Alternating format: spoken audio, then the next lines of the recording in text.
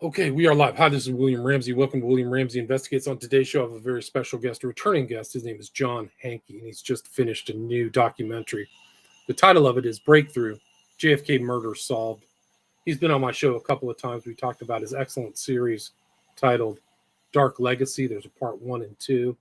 And then we went over another documentary titled Is Trump for Real? But we're nearing the 60th anniversary of the day that JFK was killed by members in his own government. So there's a lot to talk about. So John Hankey, welcome back to the show. I'm so happy to be here. I appreciate the opportunity. Cool, awesome. So for people who may not have heard our earlier shows, maybe you can just do an overview of your research and what led you up to this new film, Breakthrough.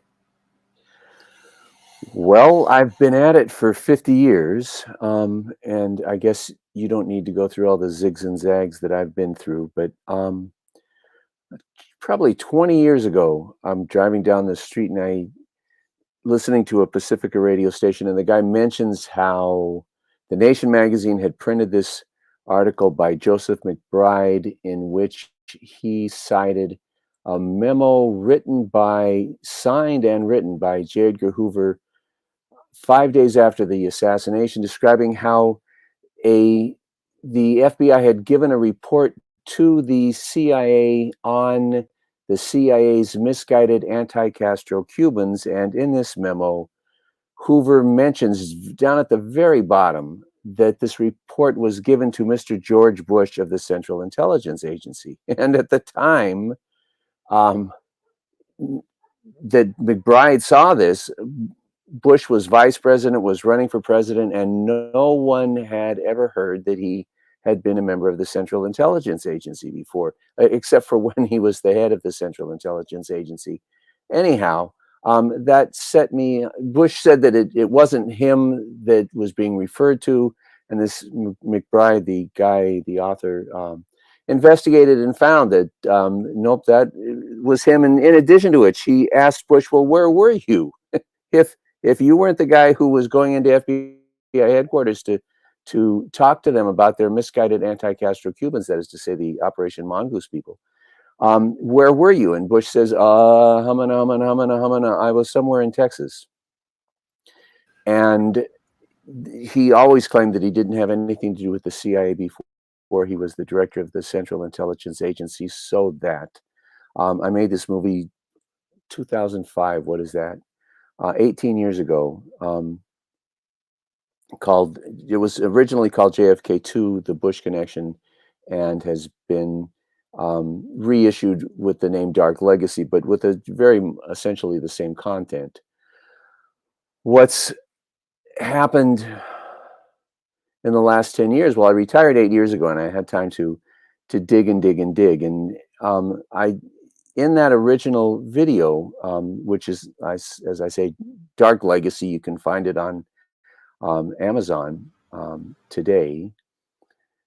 Netflix carried it for 2 years. Amazon had it for 8 years. They just took it down this year to celebrate the 60th anniversary of Kennedy's assassination. It mentions the fact that E. Howard Hunt, I should pause because I haven't introduced E. Howard Hunt whatsoever, and if people don't know, Hunt was the head of the Watergate burglars. Hunt, in his autobiography, says that he was the head of the Western Division of the Central Intelligence Agency, but he was also the head of the Watergate burglars. And James Angleton, the head of CIA counterintelligence, had written a memo saying that Hunt was in Dallas and was involved in the Kennedy assassination, and that this was going to come out, and he handed it to a couple of reporters, Joseph Trento being the most credible, but he also handed it to Vincent Marchetti, who had been Richard Helms's secretary and was working in alternative media. Joseph Trento was a very established senior reporter for the major newspaper in New Jersey. And they both reported that Angleton had made this report that Hunt had been in Dallas and was involved in the assassination. And the CIA and Hunt sued Spotlight magazine for slander. They didn't sue Joseph Trento because he was quite another matter. But Mark Lane defended the Spotlight magazine, and in doing that, so he called Joseph Trento, and Trento said, "Oh yes, James Angleton handed me that memo. It was written by Angleton, and he handed it to me." What was going on at the time was that they were trying to pin the assassination on Angleton by bringing out, the CIA made public at this time, that at the time that the magazine published the article, they there must have been the House Assassinations Committee probably was calling witnesses, and the CIA sent them somebody who said that Angleton had I believe it's a 201 file, which doesn't mean anything in particular, except that it means that it belonged to Angleton, that it was that a 201 would have been a file that Angleton would keep on CIA employees, because that was his job. As counterintelligence, his job was to monitor and to catch CIA employees who were acting as Russian agents. They say, just for context, people think that Angleton that just whacked him out because of the whole affair in the UK, and it was, what was the guy's name that was his friend who turned out to be a spy? But that was kind of Angleton? like, yeah, Angleton was best friends with what's his name? What's the main spy from the Cambridge Five, right? Do you remember that story? I don't. Okay. Well, I do know that they tar Angleton because Angleton was, they paint him as being super paranoid. And there was some very high level Soviet defector, and Angleton had the guy, they held him in prison and tortured him for, I think, years. And really, because Angleton assumed that, and couldn't be convinced otherwise, that the guy had been sent over to become a mole. No, it was Kim Philby. Kim Philby was his buddy, was his best friend, who turned out to be a mole. So it drove Angleton insane. And Philby was like hanging out at his house and getting drunk with him and his wife when he was assigned in DC. So Angleton became super paranoid. And I've actually had Joseph McBride on my show like 3 times. I got to call him back. Oh, no kidding. Yeah, he's great. Yeah. Well, you got to go through my catalog. He's been on 3 times. Yeah. No kidding. Yeah, twice about JFK. That's very, very exciting and interesting. Anyhow, you see, it's not my take that Angleton was insane or paranoid. Well, he was paranoid because he was seeing the truth, which is that. I mean, and then that's one of the things that comes out in the video breakthrough. One of the breakthroughs is putting together the dots. Right. I mean, originally, 20 years ago, I had said that Hunt, who there's just a mountain of evidence that Hunt was the knoll shooter, that he was arrested behind the grassy knoll in the railroad yard. His son looked at the photographs of the tramps who had been taken off a freight car in the railroad yard and then marched to the police station. His son looked at those photos and said, "Oh my God, that's my dad." And Jack Anderson had 3M, had this a 3M specialty company that does photo analysis, looked at the photos and said, "Yeah, that's E. Howard Hunt," and on and on. One of the things about Hunt that was very distinctive, you talk about his ears, but when you look at him straightforward, he almost has elfin ears, like he's from the Lord of the Rings or something. Okay. And that hat covered it up too. So. Well, thank you for that. Anyway, the point is that Hunt, during the trial, right, during the slander trial, testified that he worked for Harriman. And that's in my original video. Bush's father worked for Harriman. Bush's father, Prescott, almost went to prison in 1942 because he was the CEO of Union Bank of New York, which the FBI seized as a Nazi asset. Well, many people know that. That's a splash headline, that Prescott had been the CEO of this Nazi bank. What doesn't get enough ink or attention is the fact that Harriman owned the bank. Prescott had 1 share, Harriman had 4,000 shares, and it was a Nazi bank. So I got to go down that road, and that's one of the, perhaps arguably the most important thing in this video. But there's lots and lots and lots of stuff. I mean, it's called Breakthrough for a reason, and we have time to hit several of those nails on the head as to why it's called Breakthrough. But one of the breakthroughs is me having the time to explore Harriman and discover that, so Hunt worked for Harriman, Bush worked for Harriman. There's all, the Dealey Plaza was full of people from Operation Mongoose. Marita Lorenz is one of the most famous, and Marita Lorenz wrote a book, and she's also very prominently featured in the story of the Spotlight magazine trial, where she was also called as a witness and said, yes, all of these Mongoose people were in Dealey Plaza. They had driven to Dallas in 2 station wagons full of men and guns, and Hunt walked into the motel room where they were staying, and started passing out maps and money. Jack Ruby was there, and Oswald was there, says Marita Lorenz, who I find to be a very credible witness, as did Mark Lane. All of those guys worked for Bissell, Richard Bissell. Well, Richard Bissell was Averill Harriman's right hand. He was his left hand, I suppose. If Prescott Bush was his right, Bissell was his left. In any case, everybody involved in the assassination is connected to Harriman. So then I get the chance, all right, I have a minute, let's look at Harriman. And I was just startled. Harriman, his financial institution, his primary financial institution, was Brown Brothers Harriman. And so in the video, you get to see that Brown Brothers was in the United States in the early 1800s, I think even the late 1700s, and they were dominant, right? I mean, they were valued at like 6% of total assets in the colonies, right? They're pretty sizable. And they were taken over in, I believe it's 1837, by the Bank of England, right? They were on the verge of bankruptcy, and they were rescued, which is to say they were taken over by the Bank of England. That's on their website. I went to the Brown Brothers Harriman website, and it's on their website. They're bragging that in 1837 they were taken over by the Bank of England.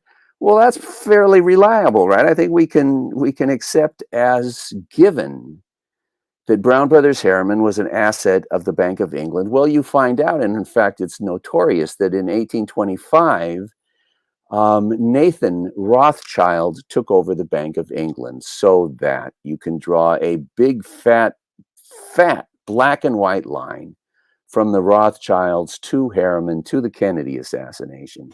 Now, all of my life, I'm 71 years old, and I've been a student of history since I started doing serious research in the 7th grade. And I've always regarded the people who made charges against the Rothschilds as full of beans. That is to say that they'd make these completely unfounded charges, and they never bothered to try to substantiate anything. And I always regarded it as stupid and ridiculous. And then I come to find out, there it is, right? I mean, it's 2 degrees of separation, black and white. No dispute about any of those facts, that the Rothschilds owned the Bank of England, or that the Bank of England owned Brown Brothers Harriman, or that Brown Brothers Harriman owned Harriman. What's the Rothschild motive then? What do you think why would they want to be involved in this? Well, thank you. Very good. Which brings us to really one of the major breakthroughs, right, in this movie called Breakthrough, is that Professor Galbraith, he's the son of John Kenneth Galbraith. He's a major figure in American economics, and he has a chair at the University of Texas, Austin. And he told me, I went to his house and interviewed him on camera, and he told me the story of how one of the leading authorities in the historian world, 200,000 documents had been declassified on the same day. And so this particular individual, who's, I don't know if Galbraith mentioned his name, I didn't note it, had 200,000 documents that he was supposed to review. And so he went around passing out cardboard boxes to people that he regarded as reputable. And he handed a box to Galbraith, and Galbraith is going through it, and he finds a memo written by the chairman of the Joint Chiefs of Staff under Kennedy, Maxwell Taylor.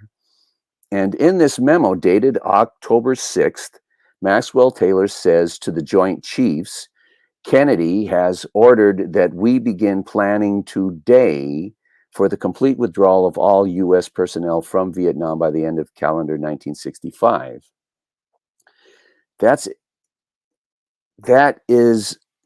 sorry. In the memo, he says this is from the trip report. And in the movie JFK, Mr. X, which is Colonel Fletcher Proudy, describes how Kennedy developed this plan. He sent McNamara and Taylor to Vietnam in the end of September, the very end of September, 63. And while they were gone, he called in General Krulak and ordered General Krulak to write their trip report.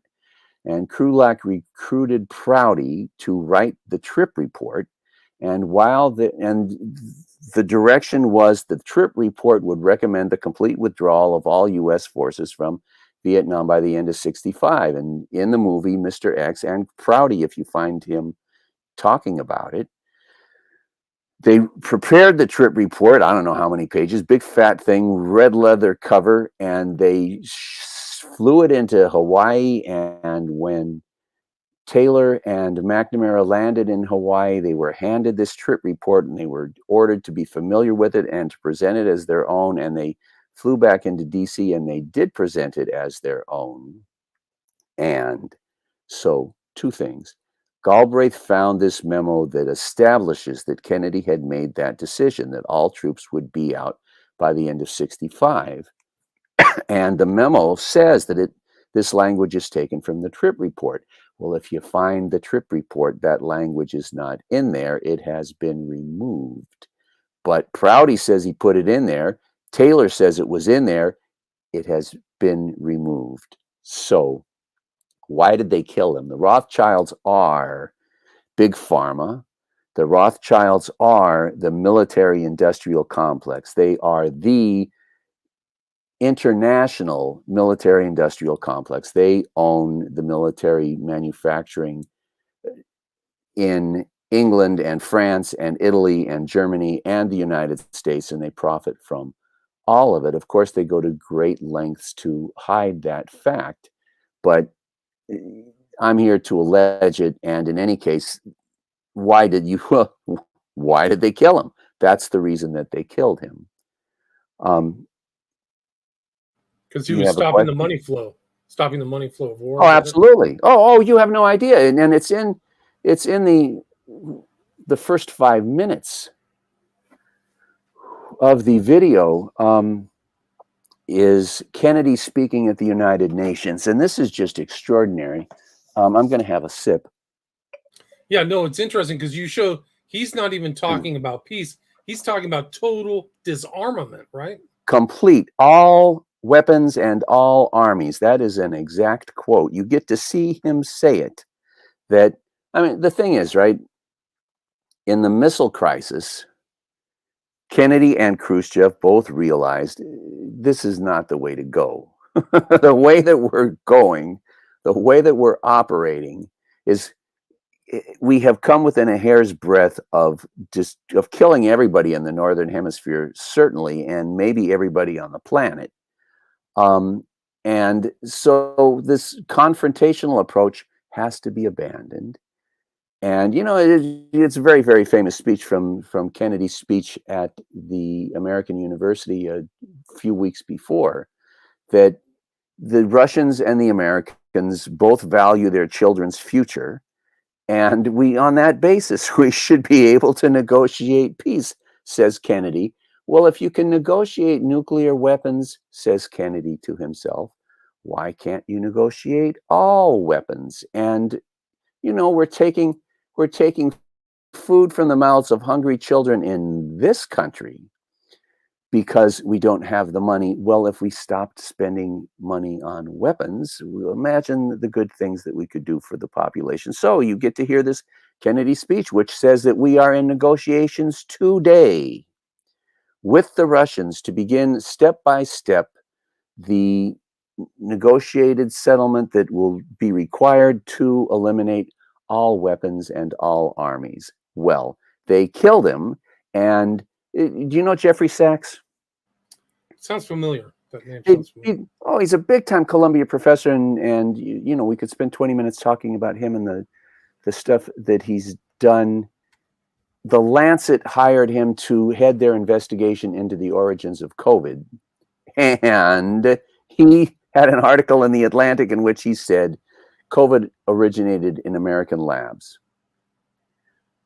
So on the one hand, he's a big name professor in Columbia. He's a big name in the United Nations, and he was a big name at the Lancet. And he says COVID originated in American labs. So he's a rather astounding and astonishing truth teller. But he's running around right now because he was a huge big shot among Boris Yeltsin's economic advisors, and he has friends among the entire leadership of NATO. I don't want to say NATO, I want to say the Western countries, right? That France and Italy and Germany and so on. And he knew the people who were trying to negotiate a peace in Ukraine immediately after the Russian so-called invasion. And they were getting along fine, and they were on the verge of declaring a ceasefire and a peace when the U.S. intervened and told Zelensky, stop it. No more negotiations. We don't want peace. We don't want a negotiated settlement. We want war, and we're going to have it. And Sachs looks at that and says, geez, look at what this is doing to everybody's economy in Western Europe. This is terrible for everybody in Western Europe. Who is it good for? Ooh, I know. The military-industrial complex. And Sachs uses that term to describe who is the sole beneficiary from the war in Ukraine. And it's his only possible explanation. I mean, are these people insane? Why can they not be relied upon to act in their own interests? Well, it's either because they're insane or because they are the military-industrial complex, because the war machine, the arms manufacturers, are the sole beneficiaries of the war in Ukraine. Well, they were the sole beneficiaries of the war in Vietnam. They were the sole beneficiaries of the war in Vietnam. I mention him in the video, and you get to see his face, and you get to see his book. Archimedes Patti was the head of at the time there was no CIA, it was called the OSS, right? Office of Secret Service. He was the head of the OSS in Southeast Asia. They sent him to recruit Ho Chi Minh to help them fight the Japanese, and he did. And he and Ho Chi Minh were very, very social. Ho Chi Minh, he says, brought him his Declaration of Independence for Patti to read, because he quoted Thomas Jefferson, and he wanted to make sure that the right life, liberty, and the pursuit of happiness. The point is that Patti says that all of the intelligence people knew that the French didn't have a chance in Vietnam. The French intelligence people knew that the French didn't have a chance in Vietnam. And the U.S. intelligence people knew that the U.S. didn't have a chance in Vietnam. And in January, I believe, of 1963, Kennedy decided that the U.S. didn't have a chance in Vietnam. And it took him 10 months to issue the order to the Joint Chiefs that we're going to have everybody out. And a week later, they hired Oswald at the book depository. So if you don't have a question, I want to move on to the Zapruder film. Please do. Please continue. Well, so breakthrough, right? So this discovery of the Maxwell Taylor memo that shows beyond, I mean, absolutely the most concrete evidence you could possibly ask for, demonstrating that Kennedy planned to have everybody out of Vietnam by the end of 65. That's a breakthrough. Let me mention, by the way, I mean, Ken Burns. I love Ken Burns' his documentary on jazz. His documentary on Kennedy in Vietnam is a monstrosity because you see, there's this memo, and it's in the video. There's like 8 of Kennedy's advisors who all acknowledged that decision had been made. And they said so, and they wrote it in their books, but you can ignore that, I suppose. I'm sorry if I just touched my mic. You can ignore that. Roger Hillsman or McNamara, for that matter, say that Kennedy had made this decision. Well, maybe their recollections are faulty or whatever. That's their interpretation, and that's the axe they're grinding. But then you have this memo from Maxwell Taylor. Well, that's not subject to interpretation. It is as clear as it could possibly be. So, another breakthrough, I feel, is that the 4 motorcycle cops who were accompanying Kennedy's limousine have been interviewed, and they're on tape, audio tape, saying that the limousine stopped. The 2 most famous witnesses on the grass next to the limousine, Gene Hill and Malcolm Summers, have both said that the limousine stopped. Senator Yarborough, who was 30 feet behind Kennedy, wrote in his Warren Commission affidavit that the limousine stopped. He was furious. You can read the fury in the affidavit, but Geraldo Rivera interviewed him, and in the interview, he's livid, describing how the limousine stopped for 6 seconds. It doesn't stop for 6 seconds in the Zapruder film. It doesn't slow down a bit in the Zapruder film. It continues at the solid same rate going down Elm Street throughout the Zapruder film. Well, what? And well, I don't know about people in your audience, but I was 20 years old when I saw the Zapruder film, and I went down to the LA Public Library the next day and got out every book they had on the Kennedy assassination. And then I went and I did a lecture at UCLA. I did a lecture at UC Santa Cruz.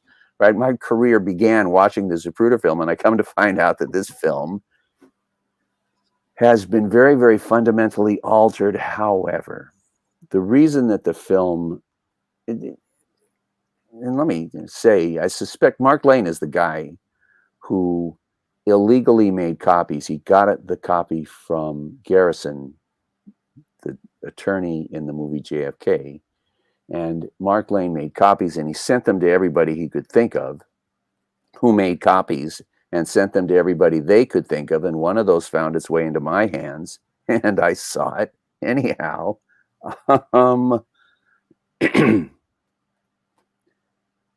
Because it shows backward and to the left.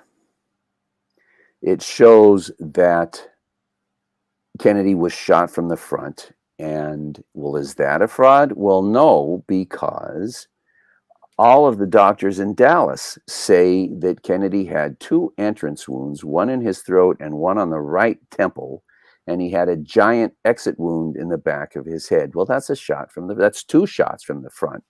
But the fatal shot, clearly, right, small entrance wound on the right temple and a huge exit wound, fist-sized exit wound in the back of his head. 100% of the Dallas doctors say that, by the way, and it's very brave of them. And in fact, there's a new movie called JFK: What the Doctor Saw, and it's on Paramount Plus. We haven't talked to him next week. I'm talking to that guy next week. No kidding. Matt Crumpton. Yeah, Monday live at 1. We haven't told people where they can get my video. Are we going to do that? Okay. Yeah, absolutely. We're not done yet, though. You got. we can tell them twice. We're working up to that point. Tell them where they can find your videos. Oh, my videos. Well, on darkroom.film, you can find most of my videos. I have a YouTube channel that YouTube takes down whenever the hell they want. They've taken it down, I don't know how many times.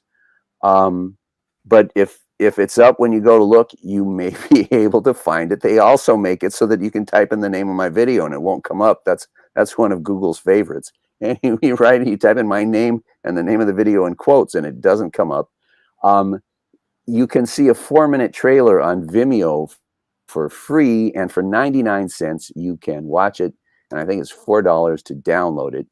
I would recommend, if you want to do me a huge favor, go to Amazon and buy the DVD. Now, the reason you want to buy the DVD is because they're going to take it down eventually, right? I mean, my original videos were on Prime for 8 years, and they just took them down to commemorate the 60th anniversary.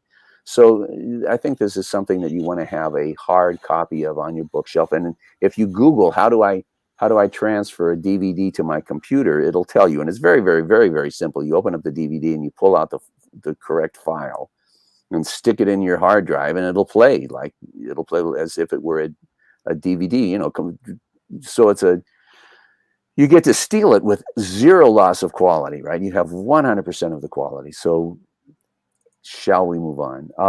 No, but it is interesting. Your books, your films, Dark Legacy 1 and 2, they were edited and snippeted back in the day, and were bouncing around kind of the early internet, like YouTube, 5-minute parts here and there. I remember just seeing them all the time, or people sharing them, and then it's all been sanitized. It's all been sanitized. Gone now. Yeah. So, like back in 2008, no. 2009, like 15 years ago, you were one of the early guys talking about it, because that's when I watched Dark Legacy, was back in the day, and you were the only one talking about Bush, Senior, and all of his involvement in that stuff. But it's all been cleansed. It's all been carnivored. I don't know if you remember that program that Bush came up with back in the day before 2008, but it's just like you can find they can carnivore it, not just on title or content, just on small little things. It's amazing. It's become more sophisticated on YouTube as well. So is everybody ready to get sophisticated? Is that the one that mentioned Bush Senior involved in JFK? Yes. Dark Legacy is the first one. Dark Legacy 2 is about the murder of John Kennedy Jr. You didn't know John Kennedy Jr. was murdered, but if you watch Dark Legacy 2, you will now know that John Kennedy Jr. was murdered. Anyhow, I wanted to name this Dark Legacy 3, and somebody talked me out of it. Question. In the video, I show you that it took me 10 hours to take the Zapruder film and to change the motion of Kennedy's body from backward and to the left, from forward and to the right, indicating that he was shot from the rear. It took me 10 hours. And, you just cut out the body from each frame and then reverse the order of those bodies, and it changes the movement. They hid the fact that the Secret Service were involved in killing Kennedy to the extent that they parked in front of the grassy knoll and waited for the kill shot and didn't move until it happened. But they left in the shot from the front. How do you explain that? Anybody out there have an explanation? Well, I had 5 years at least to think about it, and after thinking about it for 5 years, I recognized that the reason that, and then they released it. You can't get Oswald's W-2 forms, but you could get this bloody video of the assassination. Can somebody explain that? Ooh, I can.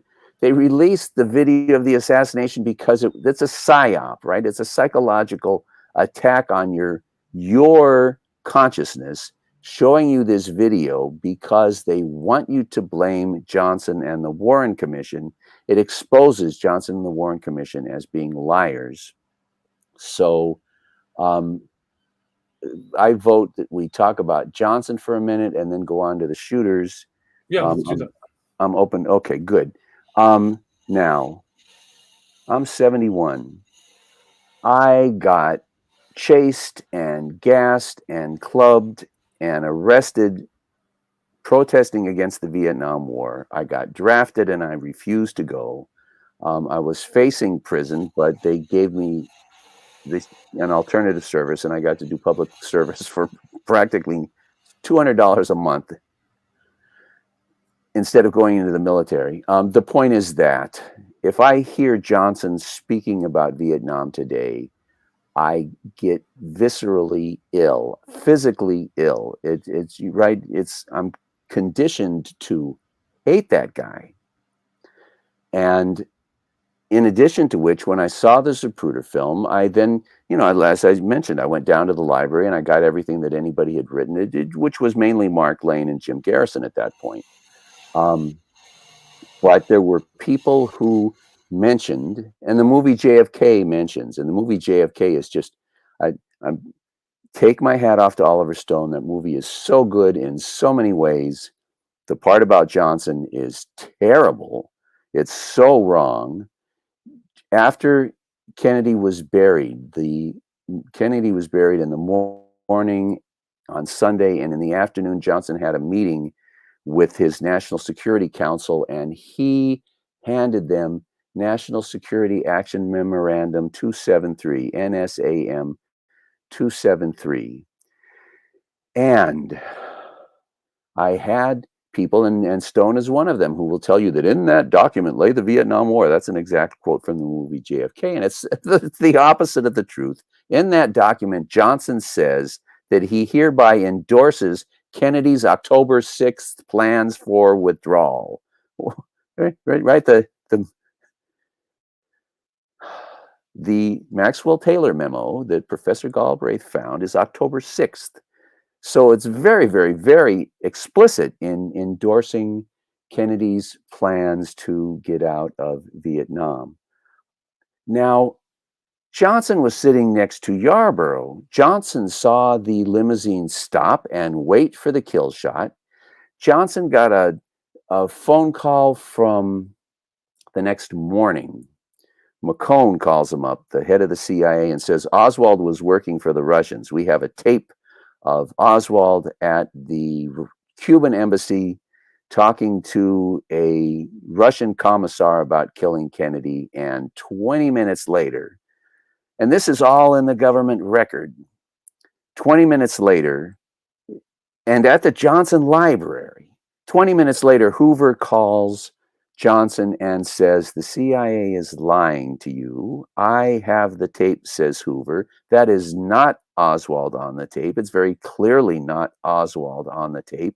They have photographs. The guy in their photographs is very clearly not Oswald, so that Johnson knew that the CIA was involved in Kennedy's murder the morning after the assassination. He knew that that the Secret Service was involved in Kennedy's murder the minute of the assassination. He knew, he got a report from Hoover that the military had taken over the autopsy and had not only banned the doctors from probing Kennedy's throat wound, but the FBI reported that Kennedy's body had been altered, that his wounds had been altered before he showed up on the operating table. The FBI is reporting this to Johnson, so Johnson knows that the military was involved in killing Kennedy. He knows that the CIA and the Secret Service were involved in killing Kennedy. On the flight from Dallas to D.C., McGeorge Bundy, Kennedy's national security advisor, gets on the intercom and announces that there was a lone assassin and the individual is in custody. Simultaneously, the Dallas police are saying that there were multiple shooters and they're going to catch them all, so that Vince Salandria, if people know that, Vince Salandria is the first guy to say this, but so let me not try to claim to be original with this insight, that Bundy is telling everybody on that plane there has been a coup and I'm a spokesman for the killers and we are in charge and you are not.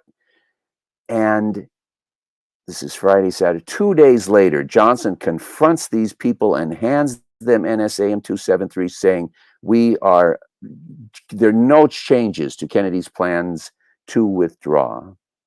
Now, I'll try to wrap this up a little bit on Johnson. Everybody's heard of the Gulf of Tonkin, I presume. And I flew into D.C. and interviewed a 94-year-old guy who was there. He was the State Department intelligence representative. And he was there, and he describes to me how they come walking into the room to tell Johnson about this attack, and Johnson is laughing. And they tell him that these two tiny little boats fired on a U.S. destroyer. Well, the U.S. destroyer has a range that is 5 miles greater than the range of these boats. And the destroyer opened up on them when they were still 5 miles away from being able to get a shot off that would be able to reach the destroyers. They tell him, Johnson, there's been an attack on a U.S. destroyer. And Johnson says, now, who the hell would want to do a damn fool thing like that? And they tell him, oh, yeah, it was the Vietnamese. And Johnson looks Cyrus Vance dead in the eye and says, we weren't up to any mischief out there, were we? And Vance says, humana, humana, humana. And Johnson says, 34A. And Vance says, oh, you know about that. And says, well, yeah, we kind of provoked it. And we got them. We zoomed in and fired on their station, and then we zoomed out into the water to hoping that they would follow us, and they did follow us. And then we turned around and went charging at them and fired on them. Vance probably didn't say all of that, but Johnson, in any case, Johnson says, okay, so we started it, and I'm not doing anything. You want me to bomb the hell out of Vietnam and North Vietnam and send troops, and I'm not doing any of that. I'm not even filing a protest with the North Vietnamese government about that.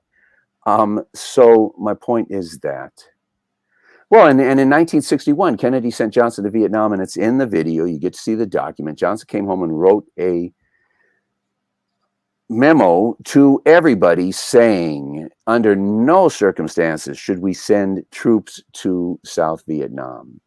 And Kennedy, from the minute he became president, was under enormous pressure to send, it's in the video, I think 300,000 troops to Vietnam. From the minute that Kennedy died, Johnson was under constant pounding from the guys who had killed Kennedy, and Johnson was supposed to know it, that he should send troops and he should start bombing the hell out of North Vietnam. And he resisted them for 15 months.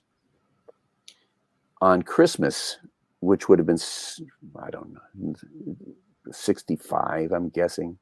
Maybe it was Christmas of 64.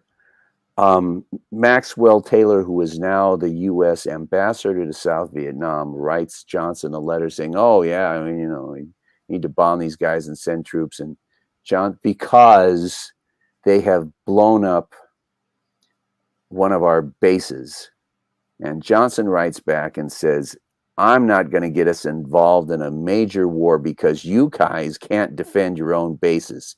And in the movie, it shows how Pleiku, the New York Times, is saying things in their coverage of the attack on Pleiku. The New York Times mentions that the carriers that launched the attacks in retaliation for the attack on the U.S. base at Pleiku were in position before the attacks occurred. There's a memo from Maxwell Taylor saying that Bundy's plan for retaliation was written the day before the attacks, and on and on and on. I mean, it couldn't be more clear, couldn't possibly be more obvious that Ed Lansdale, who was photographed in Dealey Plaza and who was the author of Operation Northwoods, suggesting that they should blow up a plane full of students in order to justify a war on Cuba. Lansdale was in Vietnam, blowing up American soldiers and blaming it on the Vietnamese. He's famous for having done that in the marketplace in Saigon. The movie The Quiet American is about Lansdale setting off car bombs in the marketplace in Saigon and blaming it on the North Vietnamese in order to justify an American escalation. So, yeah. Sorry, his other nickname was the Ugly American too. Really, The smiling, ugly American. That's a whole nother interview. But I've done some interviews on Lansdale. I'm very familiar with his hijinks in the Philippines too before Vietnam. Okay, very good. Now, the point is that, well, I guess I said it, right? That Johnson is telling a guy who he knows is one of the leaders of the Kennedy assassination, I'm not sending troops. You can blow up all the soldiers you want. We will get rid of all the bases, Johnson says, and we'll have the planes on carriers. If you can't defend the bases, we won't have any bases. We'll have the planes on carriers, but I'm not going to start a war because you can't defend your own bases. And then Johnson suddenly, after 15 months of getting pounded that he should bomb and send troops, one day he changes his mind. And in the video, you get to see the report of one of the advisors who was not one of the killers, but one of the people who was in the administration who saw Johnson the day that he made that decision and who describes him as just a broken man. And this is in the video. Professor Galbraith works at the University of Texas, which is where the Johnson Library is. And he would very often run into, and the name is escaping me, but it's in the video, the guy who's done 3 biographies of Johnson, right? About 1,200 pages. Corsi? No. Philip Corso? Good guess. It doesn't matter. But Galbraith would see this guy, and they became very friendly. And the guy doesn't know anybody on campus. Now he knows Galbraith. So he would drop into Galbraith's office on a fairly regular basis. And he drops in one day and says, I just saw a memo from the CIA telling Johnson that Castro was going to shoot down his family's plane and kill his wife and kids. Well, this is the same CIA who told Johnson that Oswald had killed Kennedy. And Johnson knows that Kennedy got killed. And the message to Johnson is, Kennedy got killed. You and your wife and kids are going to get killed. We're going to blame it on Cubans and use it to justify a war if you don't start sending troops and bombing. And Johnson sends 30,000 troops the next day and begins bombing. And that's the society that we live in, ladies and gentlemen. Your current president of the United States knows that if he doesn't follow orders, he's a dead man. And Obama said that he was afraid of getting assassinated. I think if you're Bush, well, you take orders from the killers, so that I don't think the Bush is worried so much about being assassinated, because they get handed the orders and just pass it on to they signed it and pass it on. Robert Caro was his name. Robert Caro. Yes. Is that Okay. the name you're thinking of? Okay. I'm not sure. And I apologize. Anyway, Caro wrote several books on Johnson, and I have read them. And he started off hating Johnson. I taught in LA Unified Schools for 30 years. I taught the most economically disadvantaged kids for 30 years. I taught the kids whose neighborhoods were being flooded with crack by the CIA for 30 years. And when I read the story about Johnson's history as a teacher, I'm sorry, I'm really, really, really, really sympathetic. And Caro, after writing 2 volumes, he started off really antagonistic, and after going through all this stuff, by his 3rd volume, he's become a believer, and he's now much, much more sympathetic to Johnson.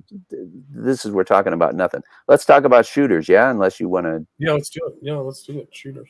All right. Well, so Hunt was the first guy, right? Angleton wrote this memo, and Mark Lane and Dick Gregory got their hands on it, they read the Spotlight magazine, they read Trento's story, and they were going around the country showing pictures of the tramps, saying, Angleton says this is Hunt. And I told you the story about Hunt's son looks up and sees a poster of the picture. St. John Hunt, I think. Yes. He's still around. He does interviews, yeah. Yes. And he says that he looked up and he did a double take, a cartoon double take, eyes bulging and mouth open, that's my dad. And 3M says that's Hunt. And Hunt, in his first autobiography, published a picture showing him working as a sniper in China during World War II. Well, that's not in his next two autobiographies. He decided it wasn't a good idea, perhaps, to publicize that, so he stopped publicizing that. He said that, I think he himself said he killed 20 people, something like that. He told that to, who's the big piece of crap from the Watergate burglars? G. Gordon Liddy. He told that to Liddy, and Liddy published it, that he had killed 20 people. And I suspect he told Liddy that he'd killed Kennedy. Nixon, this is according to Haldeman, Nixon told the FBI, you can't investigate Hunt, you're going to uncover the whole Bay of Pigs thing. So it seems fairly clear that, well, he's a really, really prime guy, but let's move on, because when you have the collection in hand, right, when you put those accusations in the context of Bush said that he couldn't remember where he was, but there's an FBI memo that says that he called the FBI the day of the assassination and told them that he was in Dallas. Okay, that's, that's really incriminating. That you're the only person in the United States of America who I can take you to and show you the desk I was sitting in 6th grade when the principal came to the door and announced that Kennedy had been shot, and came back 20 minutes later sobbing, saying that I'm still moved by it, saying that Kennedy was dead.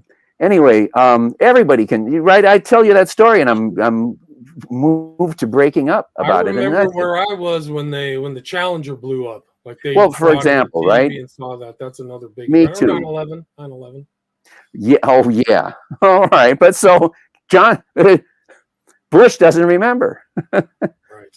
But the FBI does. Yeah, he's the only one on Earth.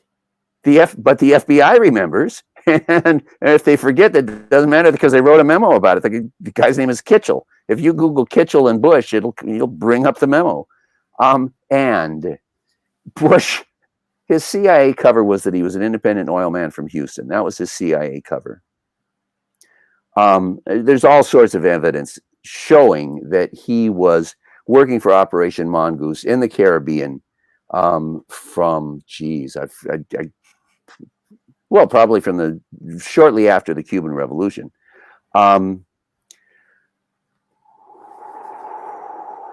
They were all involved. You could almost say the JFK assassination was Operation Mongoose, because they were all absolutely pissed. They were all pissed. They were all super. Well, the thing is, it was personal. There's the a couple of was personal. For people who don't know this, Howard Hunt was instrumental in putting together the Bay of Pigs operation. So he knew all those guys that got sent in there with no air cover and got blown away. So the ones that survived were angry. They had a personal. They saw people die because of Kennedy's decision, the assumed decision not to help or whatever, which is a whole other show. But it's in the video, but we're getting off the topic, and maybe that's appropriate. It's in the video, so please do watch it. The government documents show that the CIA brought the plan for the Bay of Pigs to Kennedy, and Kennedy said, oh, hell no. Oh, no, no, no, no, no. If you want to put some guys in a rowboat and sneak them over in the dead of night in a rowboat, that's fine, but no D-Day style invasion. And in the video, I take the type of ships and the number of ships that were at the Bay of Pigs and put them in a video, and it's absolutely incredible. There's like 34 Navy ships. I don't know if you've ever seen a Navy ship, but oh my goodness. When they're sitting in the water, if you happen to see one, it happened to me once. There was one that pulled into Santa Barbara. It pulled off the shore of Santa Barbara, and it's like one of the Channel Islands. Right? These things are the size of a large island. Yeah, huge, yeah. And there were 34 of them at the Bay of Pigs. No D-Day style invasion. You could put in a rowboat. So the thing is that we're talking about it, and so let's talk about it. That it's an important topic, and we can deal with the shooters, I think, in fairly short order. But Kennedy and Castro both were planning to try to make peace with each other when Kennedy was elected. and they had to sabotage that. Immediately after the Bay of Pigs, Kennedy ordered Robert to attend. He called Maxwell Taylor. Maxwell Taylor had been retired because he wasn't enough of a fascist. And Kennedy called him out of retirement and gave him a star. So he's now 5 stars, which means he outranks everybody in the military. Nobody can refuse to answer his questions because they have, because a superior told them not to. Nobody is a superior to Taylor, and Taylor calls all of these guys in, and he and Robert Kennedy question them. And one of the things that is outstanding about it is that Robert Kennedy interrupts the Secretary of the Navy and says, wait a minute, Castro had an army of 170,000 trained people, and you're sending 1,400 guys to the beach. How the hell could you possibly think that that was going to succeed? And clearly, they didn't think it was going to succeed. It couldn't possibly have succeeded in doing anything except destroying Kennedy and Castro's plans to make peace, which it did magnificently. The Bay of Pigs was not a failure. It was a success. It brought the U.S. and Russia to the brink of nuclear war, which I suppose was, certainly they wanted to destroy the peace process, and they were very, very, very successful in that. Anyhow, let's talk about the Dealey Plaza and who was there. Yeah, how much time do we have? As much as you want. Oh, no kidding. Oh, all right. Well, then. you may want to take that we're back. At 56. We're at 56. I see that. Minutes. You may want to take that back in an hour or two. But anyhow. You got to save something for people to go and watch your film. Let's just do the shooters. Let's do the shooters, and then we're going to wrap it up. I have another 2-hour interview in about 2 hours. So. All right. So have mercy on your soul. Where were we? The Frank Sturgis is a name that may be familiar to people.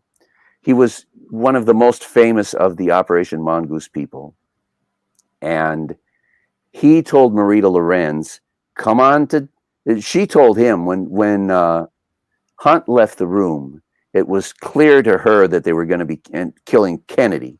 And she said, I don't want anything to do with this. Get me out of here. And she ended up going to the airport and flying back to Miami. And but Sturgis, she says, told her, listen, this is nothing. There's no risk. We are just going to be, I want to say, I'm some sort of, what do you call a duck? But sitting duck. We're there to be straw men. We're there to attract the attention of the FBI. We're not going to do anything. Our job is to be there and to attract the attention of the FBI and to get called in for questioning tomorrow. And we didn't do anything.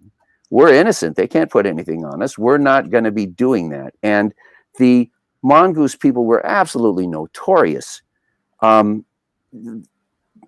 Mongoose never had a plan of terrorist attack that the Cubans weren't waiting for, right? They were completely infiltrated. They blabbed their mouths constantly. They couldn't keep a secret to save their lives.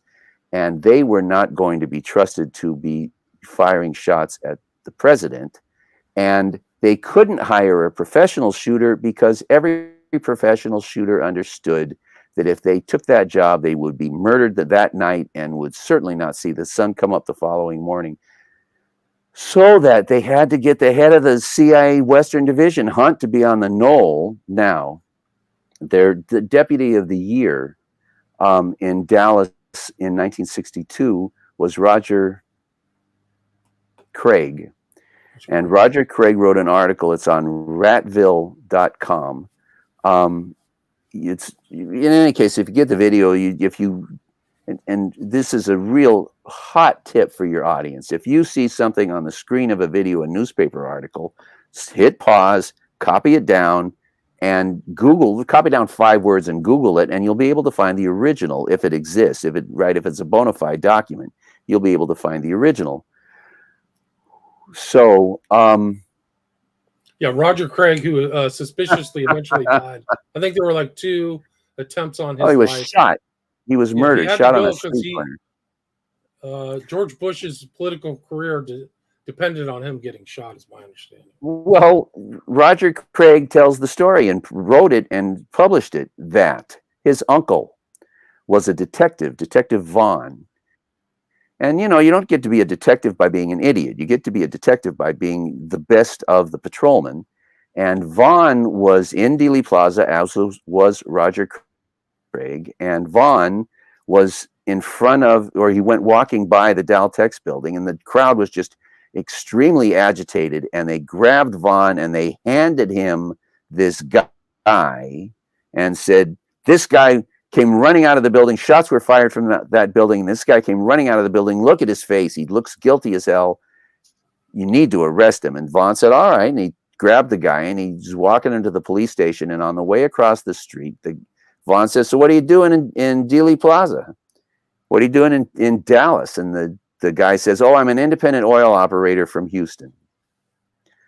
There are not two people in the CIA who have a cover of being an independent oil operator from Houston. Bush spoke the night before to an association of independent oil contractors, and he spoke as an independent oil contractor from Houston.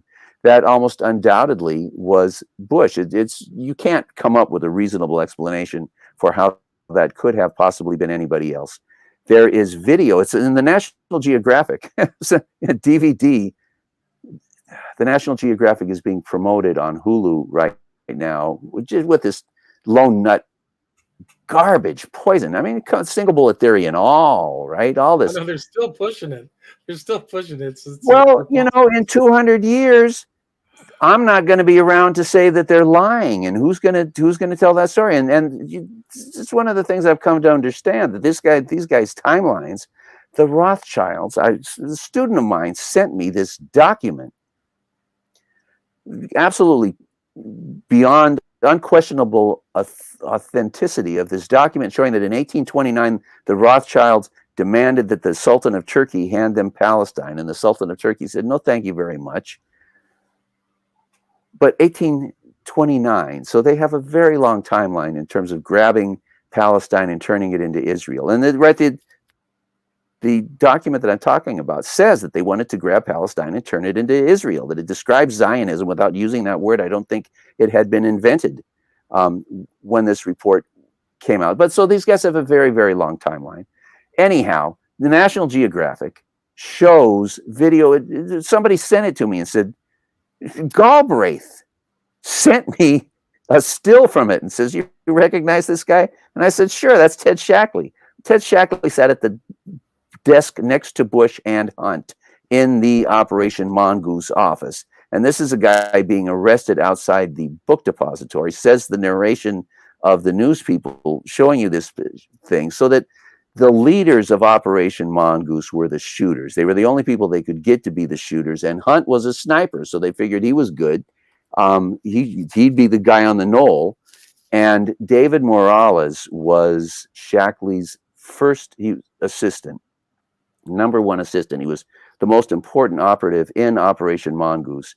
And he told two of his friends, and Shane O'Sullivan, RFK Must Die, interviewed these guys on camera, and both of them tell you very emotional stories about how they were out drinking with Morales, and Morales got really drunk and they'd never seen him like this, and he was just off the handle talking about how he had been in Dallas and participated in murdering Kennedy, and that they had murdered RFK as well. Anyhow, I made the point. And then he subsequently died of a heart attack. I've actually talked to his son. His son is still around on social media. He went to Washington, D.C., went drinking with these CIA guys. He was supposed to testify in front of the House Assassinations Committee a week later, and he had a heart attack. And his best friend on camera says, and the ambulance took 3 hours to arrive. He says they killed him. That his best friend has no doubt that the CIA that was a surefire way to get whacked, is if you were going to testify in the front of one of those 1970s commissions. Like, so many of Johnny Rosselli died. So many people died. There was even a mobster. I think it was Giancana was supposed to talk. He died. Like, they all died. Oh yeah. They testified. It was just incredible. Yeah. Yes, those Giancana and Rosselli both had big mouths. They were proud of their participation in the Kennedy assassination. Don't ask me well, when you have a lot more time than we have, ask me what they did. So I guess you're right. Let me have a quick look at my notes. So it was Morales, Hunt, Shackley and Shackley, Bush. and Bush. And I think that accounts for it. I think that's probably all the Those guys. were the main shooters. Do you think those were the main? I suspect that they were the only shooters. There was everybody in the office. There were was two guys in the knoll, though, right? I heard that Ferry might have been on the grassy knoll helping out Hunt. Have you ever heard that? Well, hang on 2 seconds. David Ferry. Well, you're going to make me go there, and we'll go there, and that's fine. But Lansdale, right. Every one of the people that we mentioned answered to Lansdale, Ed Lansdale. And Lansdale was photographed in Dealey Plaza, and Colonel Proudy saw the picture of Lansdale, and he sent it to Krulak. They both worked with Lansdale on a daily basis, and he sends it to Krulak and says, "You recognize this guy? This picture was taken in Dealey Plaza. Do you recognize this guy?" And Krulak says, "Oh yeah, look at that class ring. Look at the weird way he's holding his left arm. Look at the haircut. That's Lansdale. What was he doing in Dealey Plaza?" Parentheses LOL. Right? Krulak totally knew what Lansdale was doing in Dealey Plaza. I'm quite sure. In any case, Proudy publishes all of this stuff. So anyhow, Lansdale is the supervisor of these guys. They answer directly to him. He sees them buddies with Dulles. Daily. It's just a weird basis. Just a very strange. Oh yeah, sure. Well, of course. But we're not going to do that story. We're going to do the story of the other Knowles shooter. There's this guy, James Files.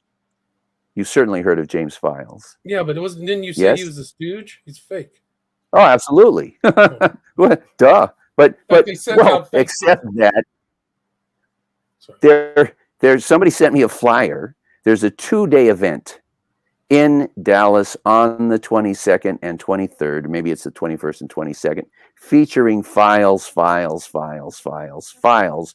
2 days. For your audience, Files is some guy who was in prison for killing somebody who managed to get Jim Mars to come and take his statement that he had been the Knowles shooter. Mars was never overly enthusiastic about what this guy had to say, but he seemed to be very well informed. He knew details of the assassination that the man on the street would not typically have known, although any reputable Kennedy researcher was liable to be aware of them. Anyhow, the thing is that then people start questioning people start noticing that there's 20 witnesses who say that the limousine stopped, and that therefore the Zapruder film had to have been altered. And Files never said that the limousine stopped. There's a number of things that are wrong with the story that he tells, but the primary failing is that he says the limousine.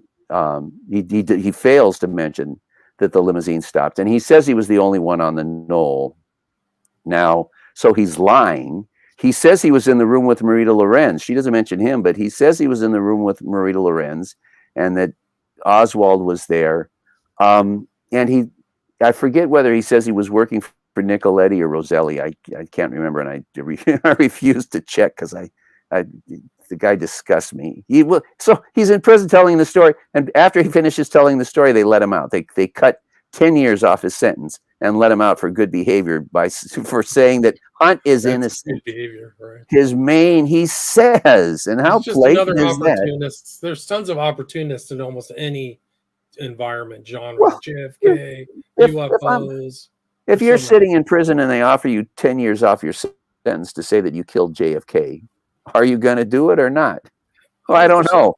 And I can't answer that question for myself. Am I going to do it or not? Well, if people are stupid enough to believe me, how's that my bad? Anyhow, and I got a life. I got kids. I got a family. I got a life to live. Anyway, so the thing is, however, that he says a lot of stuff that makes it sound like he was in fact driving Nicoletti or whoever might have been there around. And one of the things that he describes is after the assassination, he says that, let's say it's Nicoletti, was furious and said, "You fired too soon."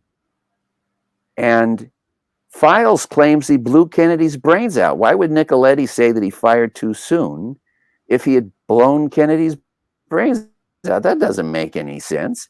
But suppose for a moment that Files was the driver and that in the back seat is a mafia Knoll shooter. So this is my take, and it's really speculative, and I didn't put it in the video, and I wouldn't because it's speculative, but since we're talking about it, let's talk about it. There's Lee Bowers was the railroad, right? He's in a tower supervising the railroad, and he says he saw two men in two different spots behind the grassy knoll. There are photo analysts who claim that they see two men in two different spots behind the grassy knoll. There's a very famous witness who was a deaf mute who describes that he was on the railroad overpass and ran to the grassy knoll when the shooting was over, and says that he saw two men on the grassy knoll. And how do you explain? Hunt's a professional sniper, and the Secret Service had to wait 6 seconds for Hunt to shoot Kennedy in the head.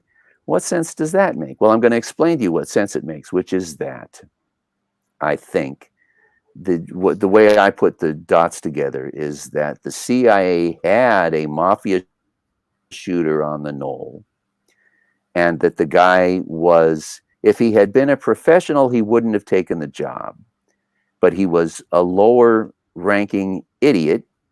And I've been to the grassy knoll and I've stood behind the fence, and it's like 30 feet, right? I could shoot somebody in the head in a parked car. It's not very far. It may look wide on the street or the angles of Dealey Plaza.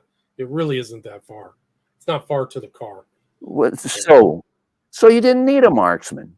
And so they get this guy because the CIA wanted to be able to say the mafia did it, and name the guy even, but he's dead because we killed him or whatever. Doesn't matter. They wanted a mafia shooter to do it. They had a mafia shooter to do it. And Files describes how, let's say, this shooter had a special gun that only held one bullet. And Files says that he shot Kennedy just as he went behind the sign. Well, the Zapruder film, for all its faults, shows that Kennedy went behind the sign, and when he emerged, he was clutching his throat. He did get shot by somebody from the front. All the doctors in Dallas said Kennedy had an entrance wound on his throat. Somebody on the knoll fired and shot Kennedy from the front. And my take is that Hunt had orders that the mafia guy is supposed to kill him. And Hunt gave the mafia guy 6 seconds to fire a second shot, and the mafia guy was unable to do it for whatever reason. Files says it's because he only had a single shot gun. It doesn't matter. When the clock went tick to 6, Hunt took the move and shot Kennedy in the head, and the Secret Service said, "Thank God," and stomped on the gas, because here's one for you. Here's two for you. The published motorcade route did not go through Dealey Plaza. I think your audience can visualize, but Kennedy is driving like 10 miles down Main Street, the main thoroughfare going from the airport to Dealey Plaza, and the car made a right turn that was unscheduled. It was not in the route published in the Dallas Morning News. They made a right turn onto Houston Street, which runs on the north side of Dealey Plaza, and then immediately made a left turn onto Elm Street, which is where Kennedy was shot.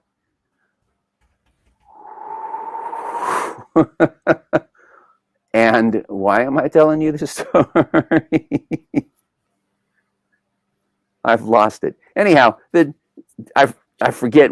Doesn't matter. The point is the car's coming down Elm Street, and the mafia shooter is an inexperienced fellow, and he's got this, magnificent scope on his rifle.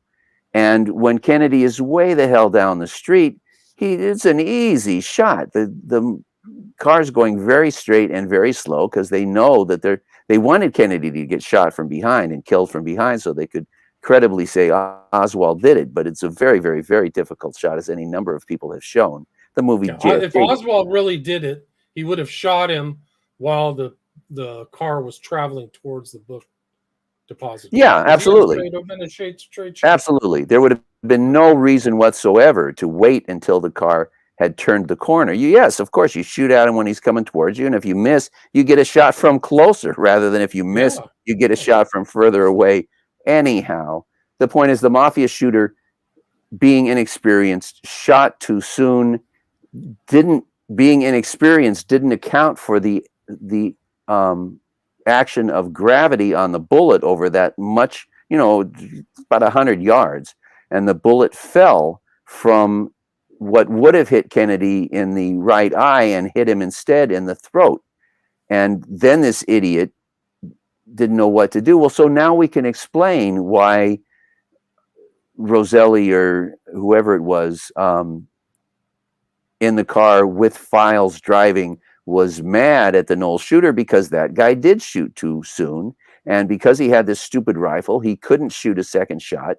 And therefore, Hunt had to come through. And, it's why he was such a star. It's why, and he's also a big mouther. I think I wrote 3 autobiographies. I have no doubt that among his friends, and he publishes a picture in his autobiography of him as a sniper. He's telling his friends, with that picture, he's telling his friends in the CIA, yes, what you have heard about me is true. I was the guy who blew Kennedy's brains out. Well, I mentioned that Nixon told Haldeman to tell the FBI, don't investigate Hunt, you'll uncover the whole Bay of Pigs thing. Well, how would Nixon have known that about Hunt? Of all the people, I mean, that at least 50 people involved in the assassination in Dallas, right? Somebody has to make sure that Oswald's description goes out over the police radio so that they can have some sort of remotely, vague justification for arresting him at the theater. Right, there's all these little bits and pieces that have to get taken care of. Why would Hunt, of all the people, why would Nixon name him? Out of all the people, why would Nixon hire him and bring him into the White House? Well, this is the guy who killed Kennedy. You have to give him a job. So that's the whole story. That's why Kennedy had a bullet hole in his throat, because there was an inexperienced, there were 2 shooters. One of them was an inexperienced idiot who shot Kennedy in the throat. And it's why the limousine had to stop for 6 seconds, because Hunt was waiting for the guy to get off a second shot and didn't realize that this idiot was so stupid. He brought a 1-shot weapon to the scene, and so that Hunt had to then do it. I think we had to close the deal. Yes, could be left to chance. I think we've dotted all the I's and crossed all the T's. I think so. I think we've covered everything. I mean, there's a lot there. All your research is really well done. Somebody says there's no evidence for any of what this guy said. I don't know what you're talking about. Well, watch. You can. The good news is you can watch the documentary on Vimeo, right? It's on Vimeo. Yes. It's only 99 cents. For 99 cents, and you can watch it. They can complain in the comments to you, directly to you, right? I'm sorry? I said if they have complaints, they can comment directly to you on the Vimeo. My email is xjhankey, Hankey, xjhankeyx@gmail.com. And if you can't say I don't have any evidence. You can say that my evidence is wrong. I give you a ton of evidence. And if somebody wants to criticize it, I'm very, very, very open to, I know that I've made mistakes in the past, and I will make mistakes in the future. And I'm open to criticism, and I love learning and advancing my knowledge. And I think that, intelligent conversation between people, finding somebody who will give you an intelligent criticism, you can't beat it. That's really, really, really solid. It makes really you better. Solid stuff. If somebody's really genuinely worthwhile, I get criticism on my stuff I've done that's not right. So it's a learning process. Speaking of criticism, so I did JFK to the Bush Connection, came out again as Dark Legacy. And in it, I talk about the fact that there were 2 ships at the Bay of Pigs, and one got named the Barbara and one got named the Houston. And Mark Lane says that that is an indication that Bush was involved in the Bay of Pigs because his wife's name is Barbara and his business was located in Houston. Well, and just by the way, his company was called Zapata Oil, and the plan for the Bay of Pigs, the code name for it was, the official secret name was Operation Zapata. So, and he was drilling for oil out in the Caribbean. There's known like islands. No, he wasn't. He was supplying Operation Mongoose. The ships would come up to him and they would load them up. The cover was he was researching oil around. Yeah, of course. And you know, I understood that when you said it. But anyway, so Maybe somebody criticized me, and I won't even mention the guy's name. He's such a bag of dirt. Maybe, but he was in charge of Oliver Stone's latest film on the Kennedy assassination. Oliver Stone has come out with, well, he got his name put on. He didn't have anything to do with it, I don't think. Right, it's like 3 episodes about the Kennedy assassination, and it's just all so beside the point. I mean, there's so much evidence. Right, there's all these FBI memos. There's 2 FBI memos that name Bush. There's a Dallas Morning News article that names Bush. They all put him in Dallas. They all put him in Operation Mongoose. How can you leave him out of a discussion of the Kennedy assassination? He wasn't in Dallas. He was in like Whitney, which is 10 miles outside of Dallas. That's Barbara. He never said that. His answer was that he was somewhere in Texas. He never tried to put himself. Anyhow, the point is that this idiot criticizes me and says, "How can you say that that 2 ships, one being named the Barbara and one being named the Houston, ties Bush to the Bay of Pigs? That's just ludicrous." And the first time the guy criticized me, I had to agree. Yeah, well, all right. I mean, I agree. That's not good evidence. And then I stopped and I said, wait a minute. I didn't make that up. I got that from Mark Lane. And then I stopped and said, wait a minute. Mark Lane didn't make that up. He got it from Fletcher Proudy. And then I stopped and said, wait a minute. Fletcher Proudy was in charge of the ships at the Bay of Pigs. And Fletcher Proudy, who was in charge of the names that got put on the Bay of Pigs, says that those names were chosen by Bush and reflected Bush's involvement in the Bay of Pigs operation. Well, if Fletcher Proudy says it, you can take that to the bank, right? There's nothing to dispute about it anymore.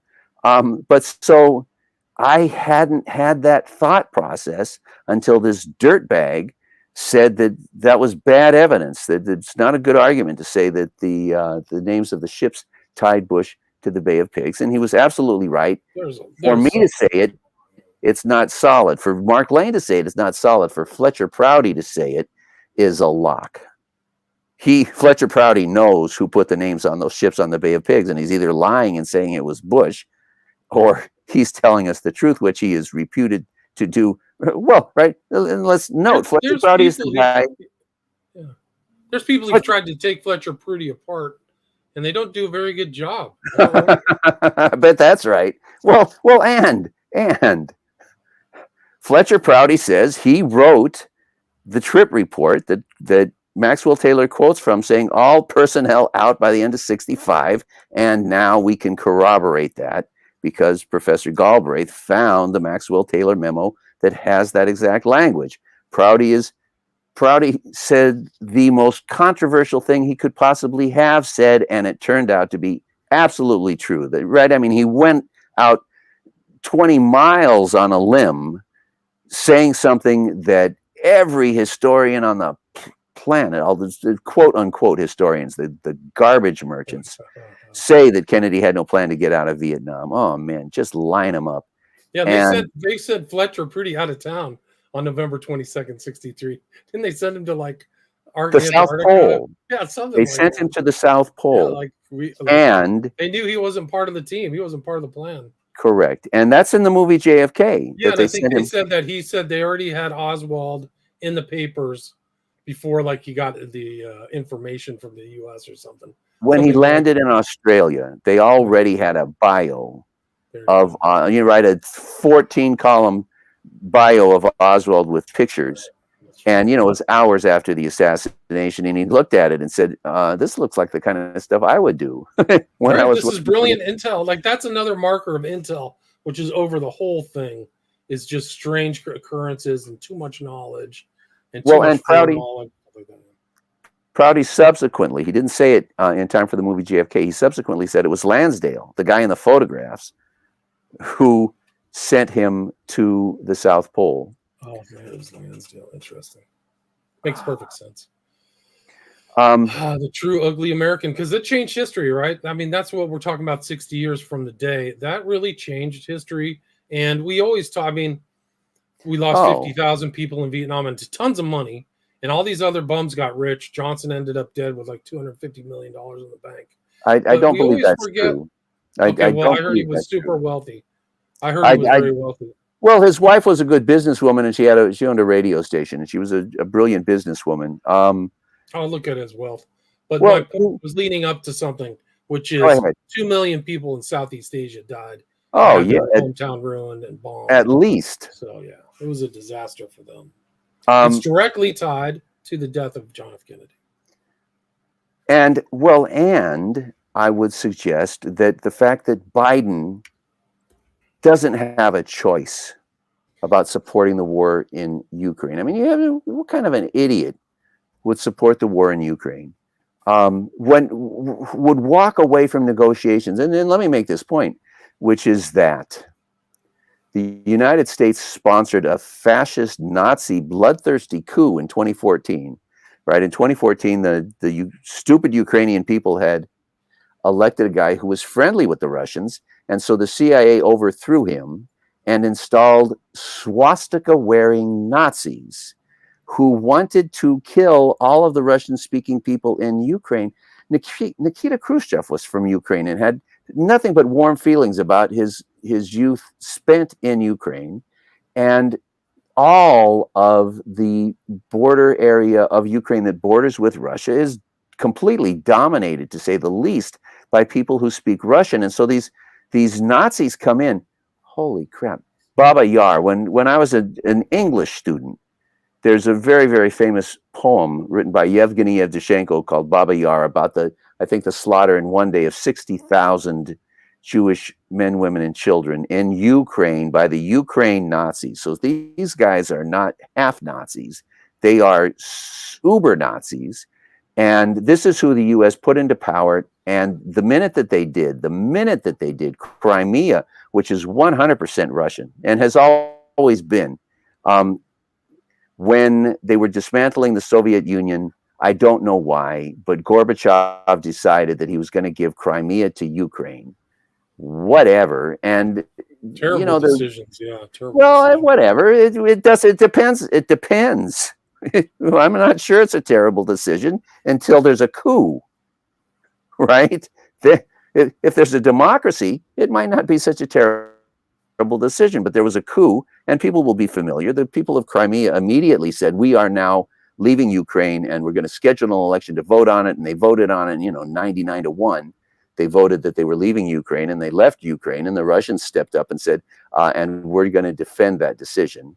And then the Nazis in Kyiv started bombing people in eastern Ukraine, the Russians in the eastern part of Ukraine, and those people tried to defend themselves, and eventually they said, well, we're going to do the same thing, and they declared themselves independent, and they held elections, and they voted. It's not quite as predominantly Russian as Crimea is, so the vote might have been 80-20, but they voted overwhelmingly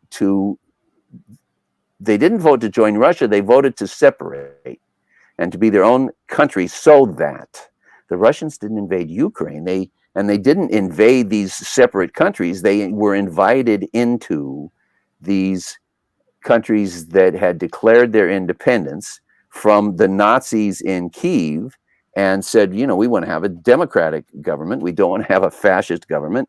And we don't want to have a fascist government that hates Russian-speaking people. And so that I'll say that again for clarity, the Russians didn't invade Ukraine. They invaded these independent republics that had declared their independence when the United States backed a fascist Nazi coup in Kiev and took over Ukraine without an election, overthrowing the democratically elected government. Anyhow, in that and then situation, getting rid of all opposition parties, yes, persecuting Christians. I mean, it's really a nightmare over there. and I what can't is believe Biden? $1 went over there. Is a What is joke. Biden doing? Being on the flagrantly wrong side and refusing to back peace talks.